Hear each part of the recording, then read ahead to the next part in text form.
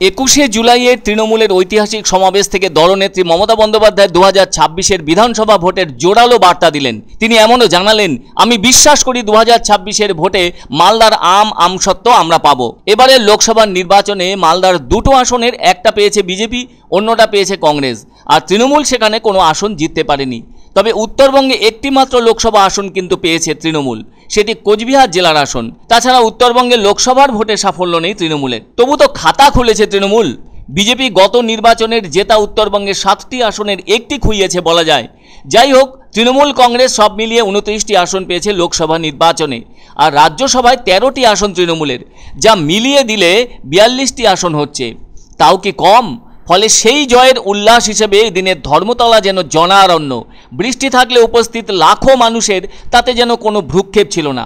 হ্যাঁ, ছাতির মেলা দেখা গেছে এবার। এদিকে এদিন অবশ্য 21শে জুলাইয়ের দামি মঞ্চে দেখা গেল সমাজবাদী পার্টির যিনি প্রধান সেই অখিলেশ যাদবকে।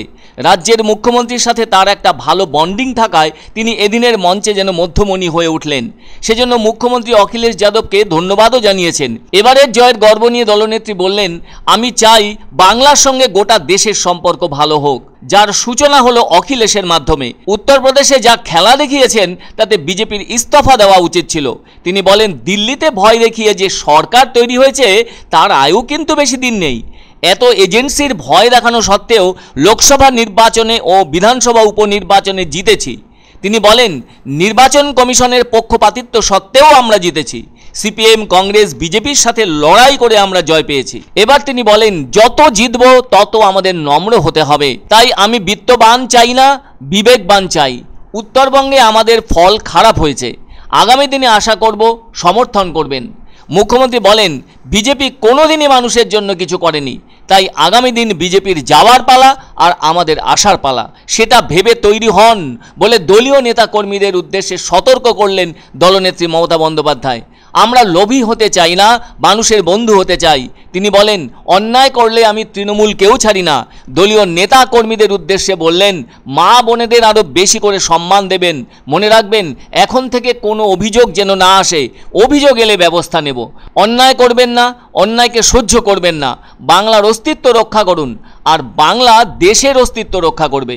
এবার তিনি কর্মসংস্থানের ব্যাপারে উৎসাহ বাড়াতে গিয়ে বলেন, আমার কাছে 10 লক্ষ চাকরি তৈরি আছে।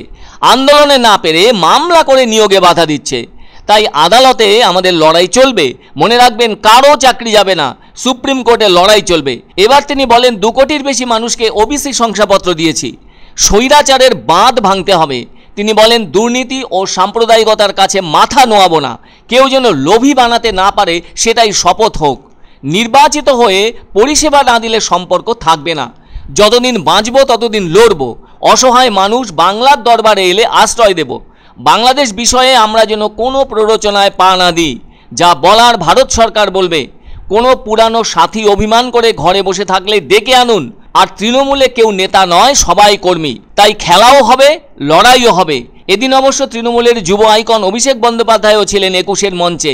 ছিলেন রাজ্যের 29 জন সাংসদ, উপনির্বাচনের 4 বিধায়ক, 13 জন রাজ্যসভার সাংসদ। আর দেখা গেল মঞ্চের একেবারে সামনের দিকে লক্ষাধিক দলীয় কর্মীদের আবেগ ঘন উপস্থিতি। আমি মনে করি মালদার আমসত্ত্ব 2026-এ আমরা পাবই, এই বিশ্বাস আমার আছে।